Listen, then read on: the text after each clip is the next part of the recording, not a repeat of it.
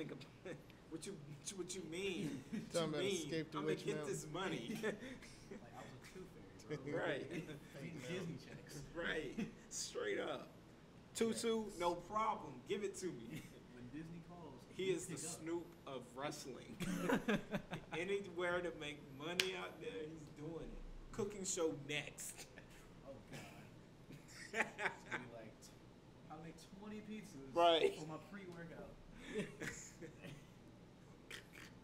Jesus. Ballers is actually a good show, though. People sleep, I don't know, but it's a good show. See, all these shows, I wish I could need to start Insecure. Whoever let us Yo, try to yo, like, yo. HBO, that'd be nice. But Right. See if we can get like, some that's probably the only thing I want to watch on silence HBO. action I'm going not on really here. trying to watch Game of Boom. Thrones. I haven't started on Game Streaming. of Thrones yet. I think I'm on Bam. the edge of going for it, but because I'm fell into the peer pressure. I'm not. But before it was just like the dragons. It's just I'm just not there with the dragons. Like I know of the large serpents that can exist, but me seeing them and having sex with them and stuff. With dragons? Yeah, that's what's I didn't going think it was on. that far. Yes, People do things like that with the, there's on the bestiality Game of in Thrones, Game of Thrones. Or like What- I think it's what either the people season? turn into the dragons or Yo. something of the sort. I know there's a lot of weird stuff I'm not going gonna Yeah, watch on. this. I don't think that's what's worse. happening, man. Oh yeah, hold on guys. Let me introduce the show. Right. I'm gonna take these headphones off because I can hear myself hearing myself.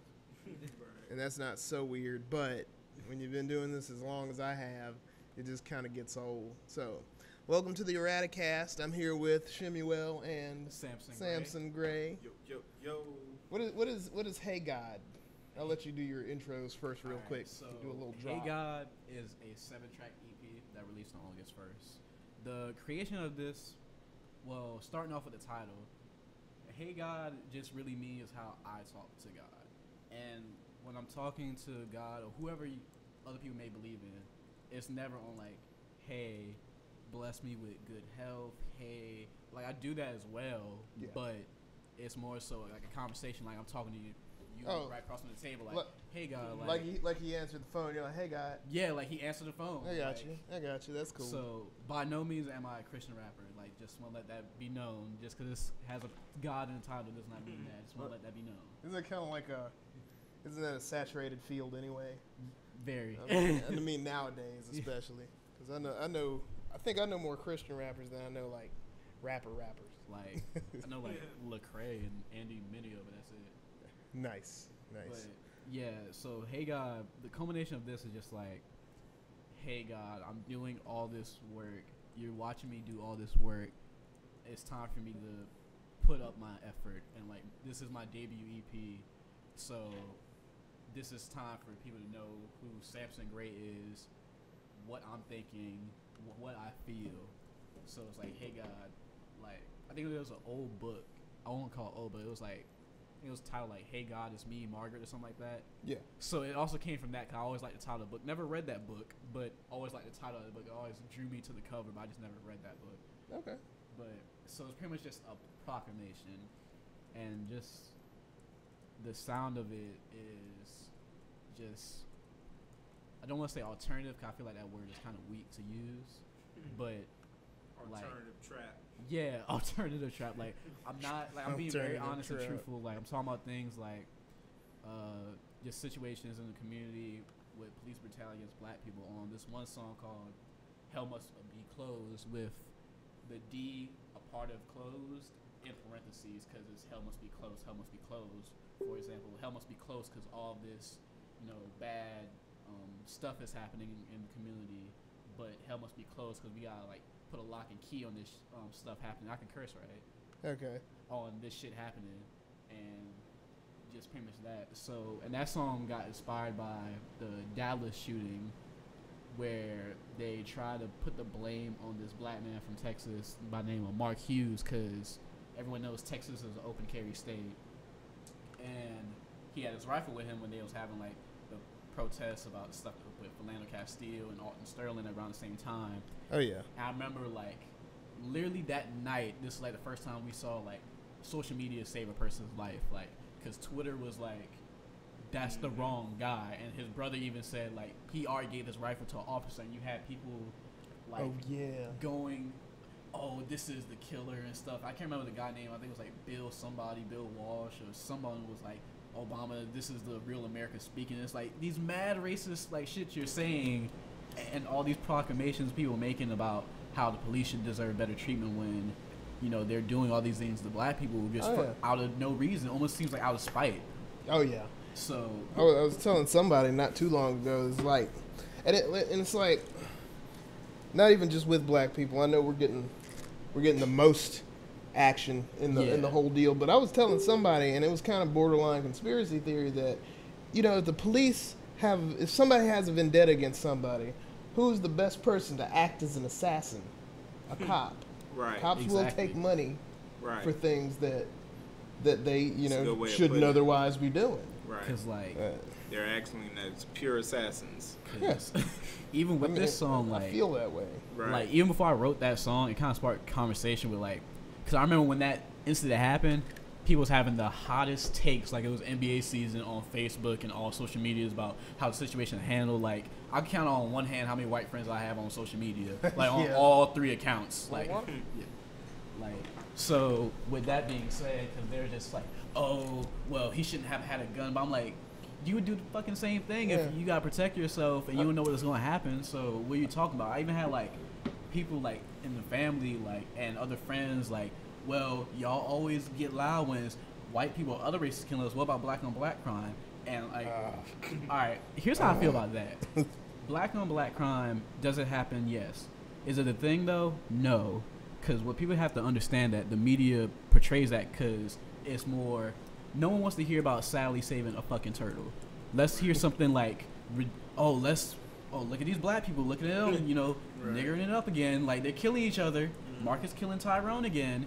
Like, people want to hear that stuff. Marcus like, and Tyrone. Oh my God. Like, people just want to hear that because they already think down on our race as a whole for just very false ideas and reasons.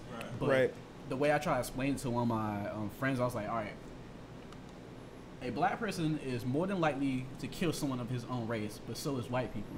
Right. Because you kill people that you live around. Yeah, like housing. I know this. Interstitial crime is the highest crime rate of them all. Like, for example, like housing is racially segregated like anything else. I'm more likely to kill someone of my own kind just because I live next to them. Same with white people. Access. And the most recent stat I saw was, and I'm aware it's 2017, but in 2014, the FBI statistics said white people kill each other at like a 82% rate, and black people kill each other at like a 85, 87 or something like that. Don't quote me on that, but I knew it was in the 80s and higher than white. So that means we kill each other pretty much about the same rate. Yeah. But you don't hear a white on white crime story. It's just a murder. They don't secessionize that. It's like people like going at look at Chicago, look at this music. Is it happening? Yes. Do we need to be more vocal about it in the community and prevent it? Yes. But is black on black crime a real thing? No, it's just crime. Like, crime in general is just crime. So I don't know why black on black crime has to get labeled as black on black crime. Like it's its own thing. I don't hide outside of any other type of crime. Like, black crime is extra. Like, black crime has more slang than white crime or something. Like, it might. Are we still doing like introductions? I think you just like took off, bro. Like, I mean, it's good. It's good so we can get a feel for who he is, which is dope. So you're an artist of sorts. Yeah, I'm a hip hop artist, and so back to the EP. So hip hop artist is also at least part-time an activist, especially in the more conscious community, more conscious, where you hail from. I definitely assume conscious because artist. of your Japanese writing on your shirt. Goku, what's Goku doing? Stand up and show that to the people. I'm a huge anime fan as well, so there's references throughout this project. We're gonna spare you the anime talk until about the end. All right. I feel like me and this dude are about to have some. Y'all gonna turn up on the anime. But continue. Yeah, I'm like, sorry. It's 7 tracks, and like Hell Must Be Closed, one of the standout tracks, along with my favorite song on here is The World Keeps Spinning, and another song called Stay Golden, I'll get to in a second. The World Keeps Spinning is track 3, and with that, it's just like, I wrote that just laying down my bed one night with like I didn't have like any beat picked out. I was just kind of just thinking, and I just started off with like, we too busy focused on the flower filters to actually smell the roses while you living. It's my opinion, because I feel like technology, I'm not gonna say it's a bad thing because that's just, I feel like, a very stupid thing to say. It saving lives at this point and helping and having drawing people close together. But I feel like we do have to realize that we gotta step outside, like, and actually do shit. Like, you can't. Some people have, but you can't just like build trust and communication and empires from a phone. Like, unless like you're just a Apple, like you're an iPhone boss and you just know how to do this shit. Right. But you gotta step out and like iPhone boss checking in, that knows how to use the shit. iPhone boss. Like, I would say BlackBerry boss, but like those are not phones no more. Nice. So yeah, like with just lines, I speak about spirituality in that song too, and just like I think that's the strongest portion of it. Yeah, the like spirituality of it. A certain part in the song where I said, you know, it's the same hollow for the sleepy ones though. It was making a pun on Sleepy Hollow. Like, you know, you either sell your shell or yourself. Like, you either like you're promoting something. Did you say sell your shell? Your shell or yourself. And Okay. self implying soul. Yeah. So okay. Shell your body, like whether you're I playing didn't know we were getting metaphysical. Yeah. a Whether good like thing. you're playing like sports or you happen to be in an adult type business or just, you know, you're doing something very active, whatever. Okay. And sometimes you're selling yourself, your soul, which is your ideas to other people, or just selling yourself, and even selling yourself short. Because some people, like, I wasn't always like an uber confident person. I would have the bullshit confidence, which I know I'm going to fail in this, but I'm gonna go out in a blaze of glory failing, because Okay. you have to fail with style. So, like, just certain things in general with that song I really love, because if honestly I kind of wasn't even looking for a beat on this one, but I just put it to a beat because I just really loved how, like, when my writing process happens, it's just a bar will come to me and then I have to stop what I'm doing. Like, I just can't continue about my day and just keep like, oh, let me go have dinner now. No, nope, dinner's on pause. You gotta write this shit down before you lose it, and stuff like that.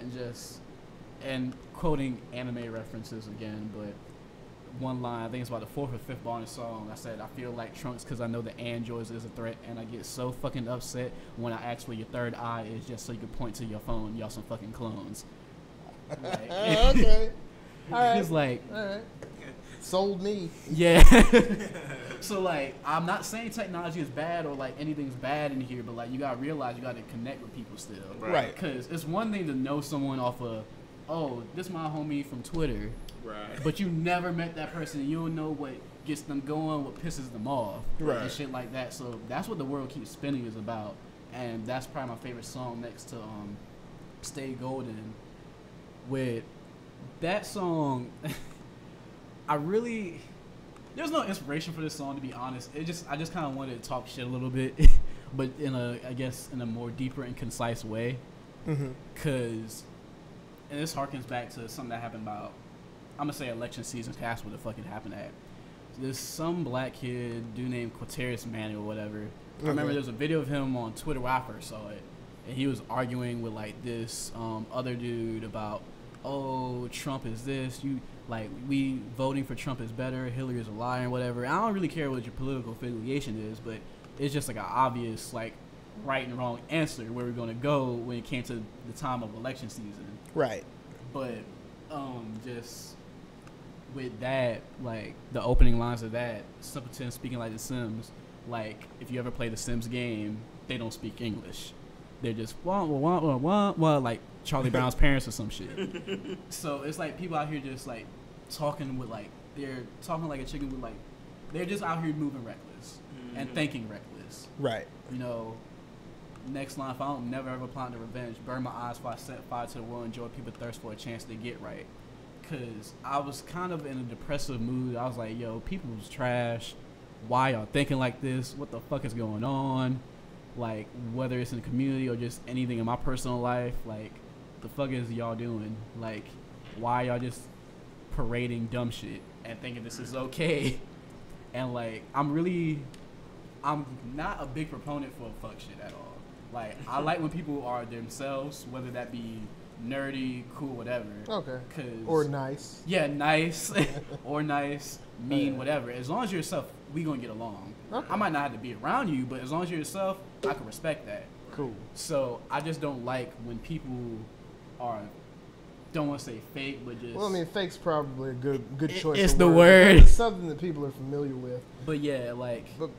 But I don't want to cut you off, and we're going to come back to it. But right. Let's get through these introductions and get to you, sir, and then we'll get back. All right. You know me, Shimio Namaste, Swaggy G. You know what I'm saying? Definitely in the building. Erraticast. What's up? Ajo, lead innovator, founder. Samson Grace, our artist intern. To work with us a lot behind the scenes. Just put out this particular project. You know, we help put together the marketing. You know, connecting him to the individuals to do the music professionally, locally in town. You know, just doing everything we can for the artists and just making sure the culture gets pushed forward some more. You know what I mean? And website www.ajo.us. My personal website, if you want to see my thoughts, a lot of stuff that I do, craziness, shemuel.xyz, SHEMUEL.xyz. Come check me out. Drop me some funds. You know what I mean? Go ahead, cash me some money. You know what I'm saying?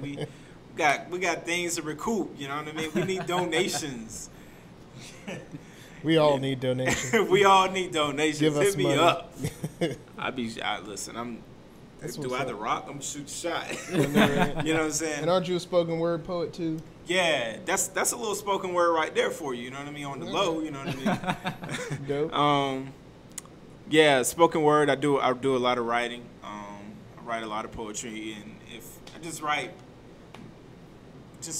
put it that way. If you go to the website, you'll see a lot. I'll have a little blurb where it's just like 3 bars, and I'm off it. I just have dense thoughts that my brain sometimes I had to get them out, and I had to. So I hit the thumbs. Okay.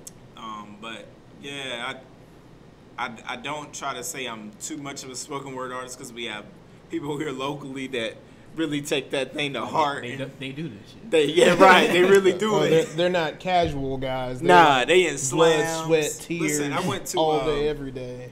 Went to the Coffee House Underground, not Coffee House Underground, but Blues Boulevard. Johnny C. Weaver was out there, and he asked me to do part of their slam thing. I had already just like, man, this is the end of the day. I'm just cooling.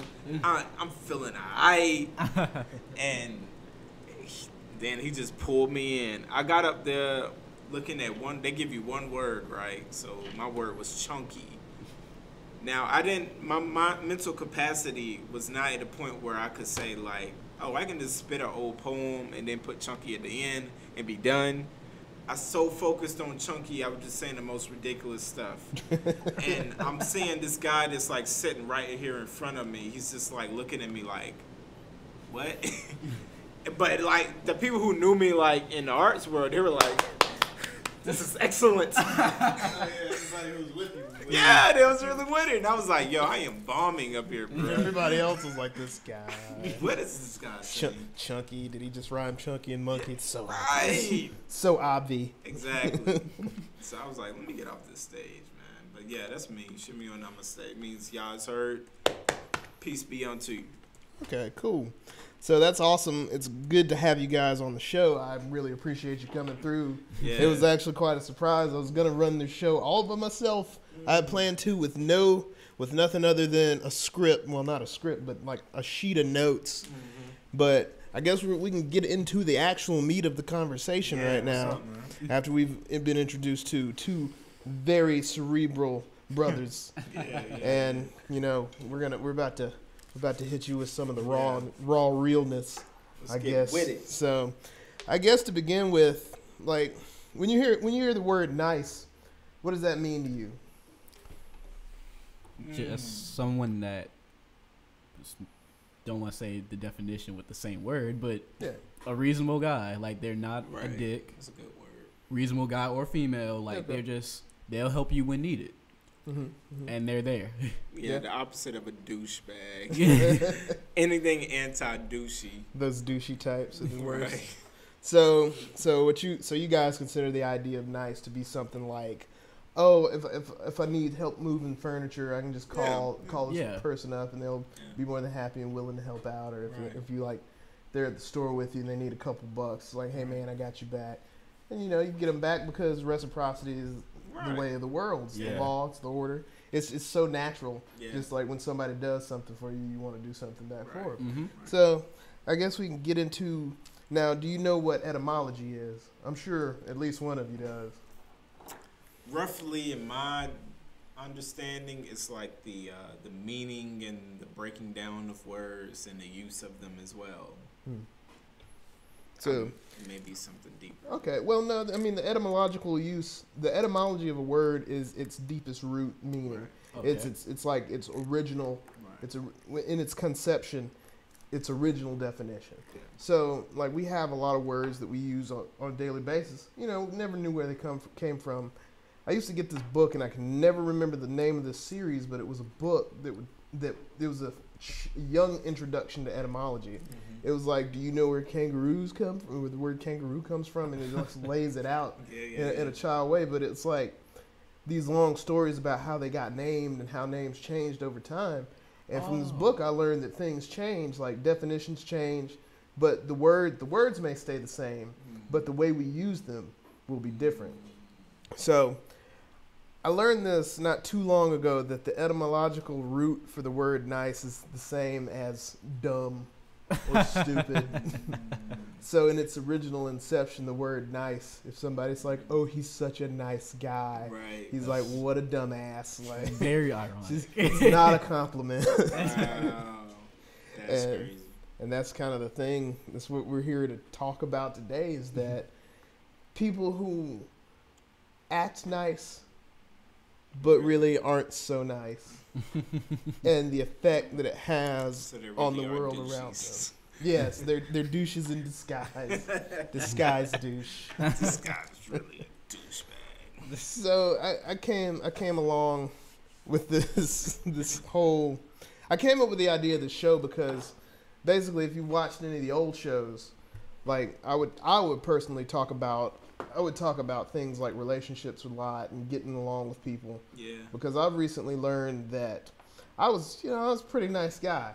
I was like a legitimately nice person. Oh, same here. Like, but still, like I was telling somebody earlier today, it's like if you act in a certain way and you're trying to have a specific effect, like if you're trying to talk to a woman, and you don't understand that women go through on a daily basis, they have to deal with all kinds of like interactions, more so than we men would typically have to. Like in a day, you walk down the street, how many people are catcalling at you or like, hey, let me holler at you? Oh, right. Zero. Saying Zero.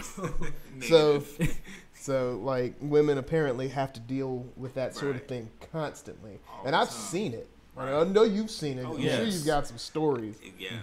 But the trippy thing is like, if you approach her in a nice way, you're probably not, unbeknownst to yourself, you're probably turning her off. You're probably putting her in a headspace where she feels uncomfortable or apprehensive. Right. And of course, we don't want that, especially in a courtship type of interaction when you're trying to say, "Hey, girl, I'm trying to, trying to take it to the next level with you." You don't want to come across as nice because she's gonna be like, "Oh, here comes douchebag number 5,397 trying to be like, oh girl, I'm DB3K." Just coming up on the scene, trying to go, "Hey girl, I like you, a really pretty girl. I like your smile." She's like, nice try. So, I mean, like, do you guys have any stories about your run-ins with women as a nice guy, or any stories that you've heard girls tell about guys approaching them with that nice guy thing? where they didn't want to be bothered like by this person, or they were like weirded out, or you know. I mean, well, I'm pretty young, so I'm 20 years old. Like I'm in college, so my stories like go from high school till like now. So like being the nice guy was like the unspoken thing you should not be, because it's like because you were born in the 90s, I'm assuming. 97. So in around the 90s, and I'm just gonna pull a cat out of the bag. Like there was a lot of material from what was called the pickup community coming to light, because apparently there was this underground of dudes in the 70s and 80s who were like trying to learn how to talk to women, and they couldn't do it, like really geeky dudes like myself, you know what I'm saying? like dudes who were paralyzed afraid to talk to women, especially beautiful women, because you know they're smart guys typically, but they, you know, smart guys don't know how to approach women because we only know how our mothers and sisters have taught us. And our grandmothers and you know, all that jazz, because our dads were usually out of the house working. So if they did have any time, it was time spent maybe telling a story, read your bedtime story, all over again to the next day. So we were left with our mothers a lot. So these guys, this material had come around, and it was starting to get out because in the 90s, I was in my teens, like my middle teens. I'm pretty sure. My tweens and my teens. And I had a computer since I was 9, so I've been on the internet for a while. And I was into that because I was trying to learn how to, you know, deal with people in general, because I had zero social skills. And I'm sure when that was coming, and then you're in college now, so that stuff's been around for a while, and it's definitely been like on the surface because VH1 had that show called The Pickup Artist. That was in the early 2000s. Oh, see, I don't even remember. And there were books and things. See, I mean, you probably didn't watch a lot of VH1. Nah, because you were still a young man, very young man at that time. So like that's the thing. So now there's more knowledge about not being a nice guy than when maybe I was coming up, and I'm pretty sure you're closer to my age. Right. So there weren't a whole lot of things. So there weren't a whole lot of things out there for us when we were trying to make our way in college, because we were still. So it was just pretty much trial by fire. Yeah. Oh wow. Baptism by fire. Yes, baptism. Definitely. Yeah. So I mean, not to cut you off, but I just wanted to pepper that in there. So continue. Yeah, like, cause I'm a pretty like nice guy. Like I don't mean to cause harm to anyone or whatever. Like you need help, I got you. So like, but I knew that wasn't the thing to be in high school, but I didn't really care because I don't like to like fake the funk with people. Like I'm gonna be real with you, and that's all it's gonna be. So it was just like, I'm not telling this story to be like, oh, feel sorry for poor Samson. No, poor Samson. Like I'm not a simp. Like we are not doing this. But like anytime I would get in a situation, because the definition of nice, like I guess in my age group has kind of changed now. Like, because you would now hear females say like, I don't want a guy that's too friendly and or nice. Right. What that just meaning is like, oh, someone that's just always in someone's face. I guess there's a fear out of like, oh, is this person cheats on me or whatever. But you kind of can't help that. That's like a person by nature. And I'm like by nature just a friendly guy. Like I could talk to a random stranger. Like if I'm lost, I will ask for help and like start a conversation. Okay. But yeah, I know like any of my early reactions with females like during high school, like from freshman to like at least junior year, was like, oh, so you're cool, I like you, but you're too nice. And I'm just like, at the time I was confused as hell, because I'm like, how the fuck you could be too nice? Like, how? That's like, no. That's like saying you have too much money. What? Like, that's stupid. Like, that's how I always felt. Now I kind of understand that now, but yeah, like, just that's my concept of nice. Because people like, because women like an image in a way, I believe. Well, I think. Let me take that back. I think people in general, humans in general, like an image. You know what I mean? And you can be nice without being nice. Like if it's a part of you, explain. You can be nice without being nice. Like if that's like what you really are, like mistakes and all, people can see like I think I'm a nice guy. Okay. But I'm an asshole as well. Okay. You know what I mean? Like I'm an asshole. You foster an air of respect for your time and your space. Right. About yourself. Right. you're not, if you need something, I got you. Like I'm married, so I'm in contact with a lot of females. So Yeah. I'm nice. You know what I mean? Because I still got to do work. You know what I mean? Right. And there was a time I've always been a nice guy. Like as far as like just being loyal, someone easy to talk to. Like Samson. Yeah, those are good qualities. But those are tangible qualities. Yeah, but I'll cuss you out sometimes, and I've punched holes in walls, and I've done things that you'll say like, man, he's a douche if you catch him at the right time. Right. But that's me naturally. You see, I'm being who I am. You know what I mean? So like, there's no on and off switch in a way. Okay. And I think sometimes that's important. I think women can sense that. Oh, women can sense a lot of things. I think they may not tell you that they can sense it. They'll tell you a lie that is something else, but they really can sense the other things. Oh yeah. Me with because I had the asshole counterpart as well, but like it was more of an off and on switch. Like, if you could, like, everything is wrestling. So to me, anytime I was an asshole, like, I turned heel. Like, I am full blown heel. Right. Like, I just turned on everyone, fuck everybody. Right. And it was just like an alternate. So like, it was a flip of switch character thing for me, because like, there was like I said, I'm generally like a nice guy. I'm easy to talk to, but then I have those moments where I'm just like, nah, I'm not fucking with this, and that's when I'm pushed to the brink of something. Yeah, yeah. Right. So you're cool till you get pushed to that. Yeah. Right. Okay. And how? What's your sign? I'm a Taurus, so that's like people like get like, aren't you mad all the time? No. But Tauruses tend to be more stubborn than angry. Yeah, but when they're very defensive too. Very defensive. Yeah, I can see that. I have a good friend who's a Taurus. You bring up something and it's like, oh boy, my dad's a Taurus. But anyways, I'm an Aquarius and we're stubborn as well. Except we're justified at least stubborn. Like we said, like, I believe in this. You don't know what I know. Yeah, convicted. Right. Very strong conviction. Yeah. Stubbornness. I mean, that's kind of like stubbornness is more its own thing for the sake of just being stubborn. Yeah. Like, I'm a Libra. We can be stubborn too. Right. Oh, I'm not justifying it. All my stubbornness. It's just like, why you said no? Because I said no.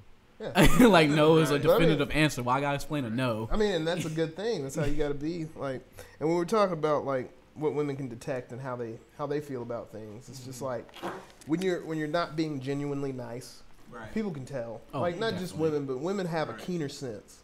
It just seems like, and they can tell when something's going on. So you don't ever have to tell a woman a lie, because she's gonna believe what she wants to believe anyway. She's going to believe what she wants to believe. Yep, and that's the beauty part about women, is they can just turn everything into anything they want to. Their ability to transmute is near perfect. And we're the men, so we shoulder everything else.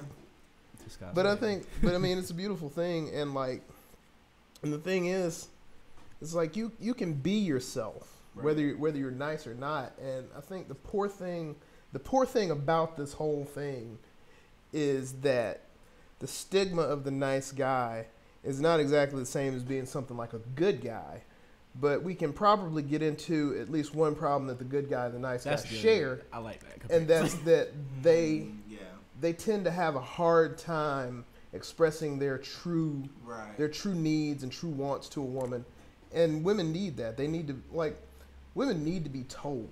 You know what I'm saying? They need, not like, I told you to do this, but they just need, like, if you have something that's on your heart and mind, you need to express that. Yes. So if you like a girl, you just tell her you like her. Very much so. Because it's like, being a nice guy to deal with your fear of rejection is not being manly in their eyes, I think. And that's what's important, is to be who you're supposed to be. Be who you say you are, even if by virtue you are a man, so you need to be a man. Exactly. And a man would say, "Hey Beth, I think you're kind of groovy. Let's catch a movie." I didn't even rhyme on purpose, but I think that's kind of the general idea. Yeah. Because that shows something. Yeah. That shows what you said. Value. Right. Is a very important word. Value, very much so. So you being the married guy in the bunch, tell us about your courting ritual and how you met your wife and how things went that way. To see if we can kind of get something out of that to compare to niceness. Because I'm sure you weren't just like, hey girl, you mine now. Whoa. Nah. No, I didn't do it. I've known my wife for a long time. We were friends for a long time. Okay. And we were around each other for a long time, and eventually I just got married to her. This is like that old couple that you know, but except we just actually got married. You know, the old couple never gets married. They're just together. Are you talking about this together forever? Right. It's like, when are you going to get married? Right. I don't know. Just when the time's right. Right. But they like 60 then. That's how it was with us. Like, you know, we was in the same church and stuff like that. Okay. Oh, wow. Yeah, one of them type of situations. But when we were in church, it wasn't like that. It was just like, because she's 5 years younger than me. Okay. It's just that, you know, she went to college. I was like, dang, girl, you getting a little thick. You're growing up. Right. Right. Exactly. That's what happened. And it just hit me, and I was like, she's always around. She's always been supportive. She's supported a lot of stuff that I needed. And for me, the institution of marriage, I was like, this is the perfect person to marry. You know, you learn love over time. You know what I mean? You learn really what love is over time. It's not an aha moment. Mm-hmm. You know, it's tests and stuff. But, you know, now the thing about my wife is, like, she's a person who's, like, much more mentally advanced in maturity. So, like, which is actually kind of typical when they're on a different curve when it comes to growth and understanding. Like their mind was already developed for a relationship. Yeah. Blah, she knew exactly. Plus, it's conditioned too. Yeah, it's conditioned into women. Most definitely. And but my wife is not easy to be nice to. What do you mean? She's a Cancer. Oh. Yeah. Cancers don't buy into nice. Okay. At all. You know, that's the ones I know don't. See how I said that? And she's nice to you? No, I'm saying this because, like, my best friend is a Cancer. Yeah. And, like, but get in a true relationship with them. I'll probably argue all the time. Yeah. Because, like, yo, leave me the fuck alone. Let me do this. Don't say I shouldn't do this. Right. Like, they're very loyal. Like, Cancers are very loyal. Like, my wife is just like, and the friends she has are the friends she had, like, when she was a child. It's just these group. She'll do everything she can for them. They're very generous. Good-hearted person. Good-hearted people. Good woman. But they tell you exactly how they feel. Oh yeah, the Cancer is the martyr. And it'll cut right through you. Yeah, like that sounds like my best friend. Oh yeah. There's a guy I know. I work with him fairly closely whenever I can get with him. But his name, I'll just say his name on air, is Philip. I don't know if you've met him. You may have, if you know me, but. He's a guy I know, and honestly, at first he kind of got under my skin because I was like, where's this guy's deal? Where's it coming from? Then I found out he was a Cancer. Then I was like, oh, yeah. My sister's a Cancer. Yeah. And like, it's they don't Cancer. Mean no harm. No, they don't. Cancers are probably some of the nicest people that I've ever met. But like, you can't tell. Right. But the thing is, like, what generally, according to their sign, Cancers are easily hurt. Right. Easily heartbroken. Very much so. But they're also very good at protecting what's theirs. Right. And they keep it close to home. Right. As it were. Very close to home. And they're just but every Cancer I know, I don't think I've met a Cancer that I didn't like. Right. So yeah, you can hang around with them and keep it real. You're gonna know exactly what's on how they feel about it. Facts. You know, and they're not going to apologize for it at all. Facts. At all. You know, and but Hope says that he just called his wife a Cancer and he's gonna get whooped when he goes home. Definitely gonna get whooped. We had and she showed some sympathy for you, Samson, earlier. Listen, man. She was saying girls want honest, whether nice or not, and that's the one thing that we cannot seem to find. So Not to cut you off, but I very easy. just wanted to get to that. I mean, but Hope is correct because I think she's right. My wife, we had a exchange on Facebook today. Oh yeah, that's for the world to see. Weird. And and it's just us though, like. People that know us know this is an exchange. Oh, but to anybody else, it would just be like, "Oh, that's nice." Right. This is what we'll do. Like oh my god. My wife will be at the Chinese restaurant, and if something's on her mind, and she's want to call me out on it, there's some bull. She's calling me out right now, and I'm like, "This is not the place for this. This is what are we doing?" She's just like, "I don't care. This is what it is." I mean, does she call you out when it bothers her, or when it gets to the point where it bothers her so much, or is it just like it doesn't build up? Then on spot, she just get okay. Now it's built up for me because she's known me for a while. Right. Think about Aquarius, we're stubborn, so I see that. She's preached to me like. But she knows there's a path for me, and I'm going to go down this path, and I'm going to find it. So, but she knows I'm really a nice guy. Yeah. And that's the thing about relationships. Over a time, people know who you really are, and you say people don't mean any harm. This is who they are, and how they get through things. And that's so true. Like in this world, everybody's doing the best they can. Yes. Even if it doesn't seem that way. Yes. But they're doing the best they can to get through life. I don't know about the way they need active to. president though. That's a whole other matter. Agent. Is he really? He's definitely the funniest president in the world ever. Yeah. But I think, to sidetrack on that, I think one good thing about what's going on is that he's at least helping us, like Americans, see that the government's like checks and balance system is really there to make sure things don't go pear-shaped when they very well could. Right.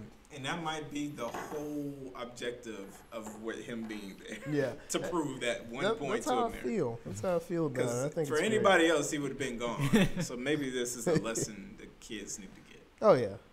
But what's your perspective of, or your thing about being the nice guy? Being the nice guy. I want to tell you, I'm the nice guy. I'm the quintessential nice guy. I would never, I would be so loath to tell anybody how I felt about him, like whether it be good or bad, that it's just like, it would eat at me. You know what I'm saying? Like, I would be sitting there and I'd be like, maybe I should have said this, or maybe I should have said that. And like, I've lost whole, relationships have gone sour. I've lost friends. I mean, I don't have a problem with my family because I'm pretty forthcoming with them because, like you said, people know you for a long time. They know who you really are. Right. And that's just kind of how I am because I feel like you have to know me to really understand where I'm coming from at any given time because I speak heavily nuanced in a heavily nuanced fashion just as it is because it's entertaining for me. Yeah. So the thing is, but I consider myself an honest person. Mm-hmm. I've always considered myself somebody honest because I don't like bad communication as far as dishonesty goes. Mm-hmm. Oh, so, yeah. So my thing on the nice guy thing was I was a nice guy, but my being a nice guy was more of a result of rote programming, like social. I talk a lot about social programming, like on my profiles and things on the internet, and even to people on a daily basis because there's so much of it. I don't consume news. I don't watch TV. Well, I say I don't consume news. I don't watch network news, and I typically don't listen to the news on the radio. You won't catch me listening to a 24/7 news ever, because it's theatrics, man. Yeah. And those theatrics are created to program to instill in people what advertisers want. Right. And advertisers always come from in PR and advertising there's kind of an imperative to constantly show people what they lack, so that they can inject into them a salvation of sort with said product. Like beer commercials are the easiest example because what do beer commercials show you? They show you cold, a life of partying. Right. Yep, cold, refreshing. They show you the ice. Yeah. They show you that it's a crisp. sunny beach. Right. They show you that surrounded by people, alcohol brings people together. They never show you the alcoholic alone in the alley. Right. They never show you the bum sitting on the side.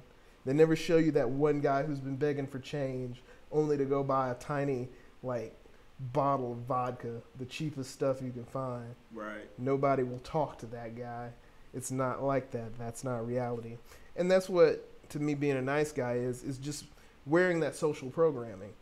Because to me, I was always told, be nice. You be nice. You find a nice girl. You wait for her, and she'll come to you. You just got to be nice. And being nice never resulted in any of that for me. Right. It resulted in frustration, years of frustration, internal anger. I didn't know who to be mad at. Wow. And it's only recently that has kind of dissipated in me. I still have episodes, like minor ones, but I finally kind of figured out how to go about things in a way that's helpful to me. Like if I see a girl I like three times out of 5, I can be like, yo, I think you're kind of cute. Let's go, let's hang out or something. But I'll tell a woman how I feel about her nowadays. But then it was always like, and even in that discovery, it was like I would say things and people were like, you don't say that to people.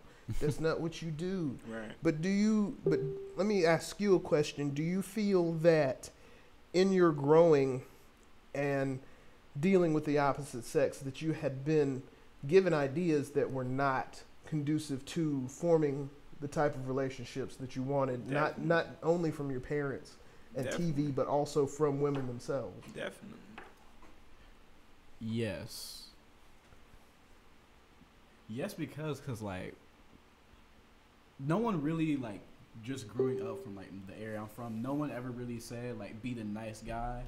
It was just kind of like do the right thing. Yeah. But what is right to you is what could be wrong to someone else. Oh yeah. So I was like, fortunately I was programmed to be nice when I was doing the right things. But later down, like I would say, like I said, I'm 20 now. From age 17 to like now, it has been and probably will continue to be fuck it. Like I'm just like I'm still a nice guy. Like my friend could. If my friend called me right now, I was like, oh, I'm in the hospital or so need to get me taken to the hospital. I'm like, sorry, I got to leave the interview, but this happened. Or just something like that's very like that in general. But I'm just like, you come to a point in time where you kind of like, okay, nice does not work. Oh, yeah. Where it's not even like you were trying to be nice because you knew you was going to get good things in return, but you were just naturally a nice thing or a nice person. So it's come to a time like, okay, maybe I should have, because I'm not going to say like, there's points in times when me growing up, I'm like, I kind of didn't have a backbone for myself. Like I lacked confidence. I did have like the why me episodes. Oh yeah. But like, then I got to the point like, yo, fuck this. Like, and that, I think everybody reaches that point at some point when they finally got fed up. There's nothing more I can do. I'm just leaving this all here. Yeah, which for me that's been like very therapeutic and things like. You see, it's kind of very funny how things get better when you just kind of say "fuck it." Oh yeah. so you have to for your mind. Yes. Oh yeah. Because for mental health, for your own mental health and sanity, you have to take care of yourself first. Yeah. And the psyche is fragile. Yeah. Because if you're destroying yourself doing something that is not working, eventually you put yourself in a position where you self-sabotage. For the longest, it seemed like I was giving my best Jesus impression. It's me all day. Like, let me be helpful to who I can be helpful to. Yeah. If you need it, I got it. If you want it, I'll go get it. But then I gotta realize that I gave that person my food. I'm hungry. I didn't like talk to that girl because I knew some type of situation was there, even though I could have still did so. And then the guy that said they wasn't gonna talk to that girl did so. So it's like, all right, time to fuck it, like fucking we ball mode now. Like you gotta go get what you want, just in general now. You got to feel like when you're being nice and you're programmed to be nice, you stop yourself. You're throwing away your needs. Yeah, like you make it not about you no more. Yeah, and at some point it's got to be about you because and the other thing I was saying is like being a man is. Leadership comes naturally, or the expectation of leadership comes naturally with your walk as a man, being a man. And part of leadership is going for what you want, because typically a good leader wants what's best for everyone. Right. And people can see that, especially when you mean it. and that's kind of like where the whole neediness and being nice. Like I want to use the term needy when I say nice guy, because that's really what that niceness is. When they're not being genuinely nice, they're being nice to get something. Right. Yes. And women smell that a mile away. They know it. That's terrible. That's the worst nice guy. Hope says Samson rocks. So where was you 25 years before she got married? The first time. Tell her to go listen to that Hey Guy. Hey Guy. Follow me on Twitter at Samson Gray, Facebook Najee Samson Gray, joiner, Instagram Samson Gray. Word up. Might link up with Hope. You know? Could be. Oh. So I need tuition paid. Tell me if you want to. You don't have to, but what was your last straw? What was the story that was your last straw? Okay, that you weren't gonna take any more bullshit from yourself. All right, so I had this crush in high school. I'm not gonna say this girl's name, I'm not gonna say this girl's name, so we'll just say her name was Melissa. Melissa. All right. So Melissa, we were just cool people, was kicking it, whatever. We had a couple classes together, and she was generally like a dope person. Like I liked, she was cute. I like the way you wear your hair. I like the way you have a style. Word. You like stuff like that. Oh yeah.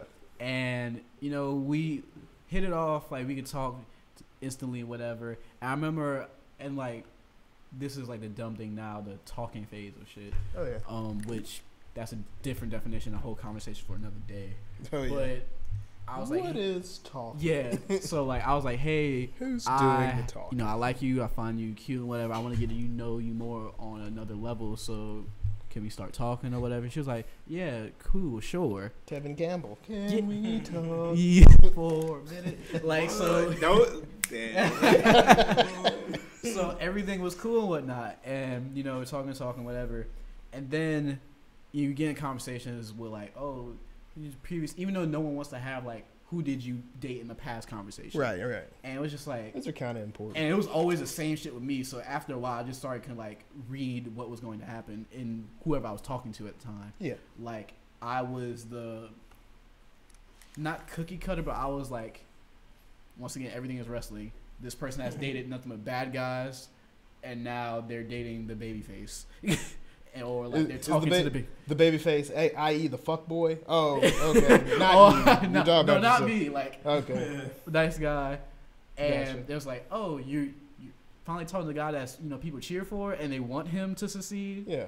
But so then after a while, she just started to like, we would still be cool, whatever. And then it's like she ends up.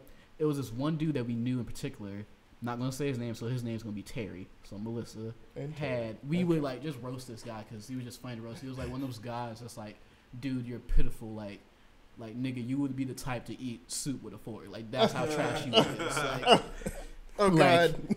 Like, dude, don't know his personal situation, but just would come to school. I don't mean to bully people or like whatever, but I mean sometimes you gotta roast somebody. Yeah, like, I'm not gonna lie, dude. Like he just woke up and threw stuff on. Yeah, looked kind of broke. Not want to say poor, cause that's another thing, but like, right, like broke to the point you out here eating cereal with a fork. He's just a rough fella. Yeah, rough looking fella, and like he was a decent enough guy and stuff, but it was somebody I would never think she would date.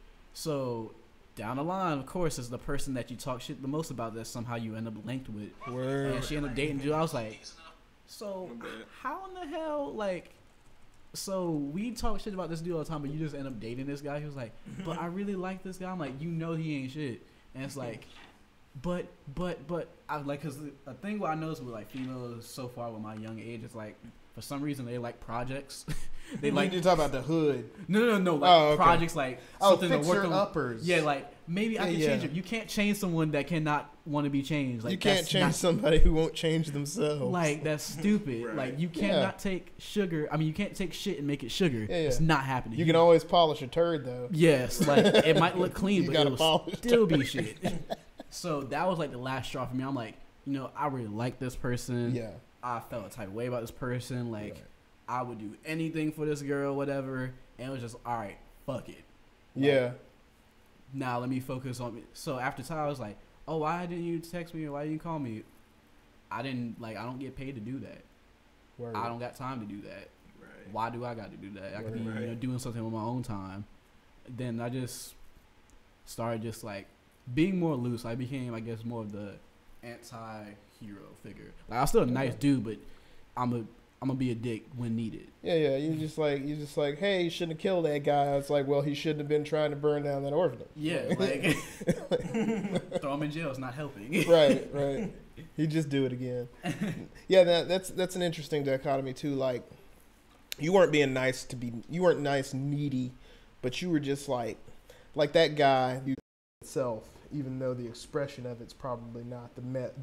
Like I was just like, if I see a girl, like this is the thing. Like I studied a lot of that pickup stuff, not a lot, but I studied some of it, and like they you to her, so it's always a good idea to do some touching. You don't have to do a bunch, but when you're initially talking to her, it's like, hey, how you doing? You like touch her on the like back of the elbow. Like, Give her that. That's my. Yeah, or just like, hey man. He's like, hey, how you doing? Just like touch her real quick, or just whatever your level of comfort. You get your foot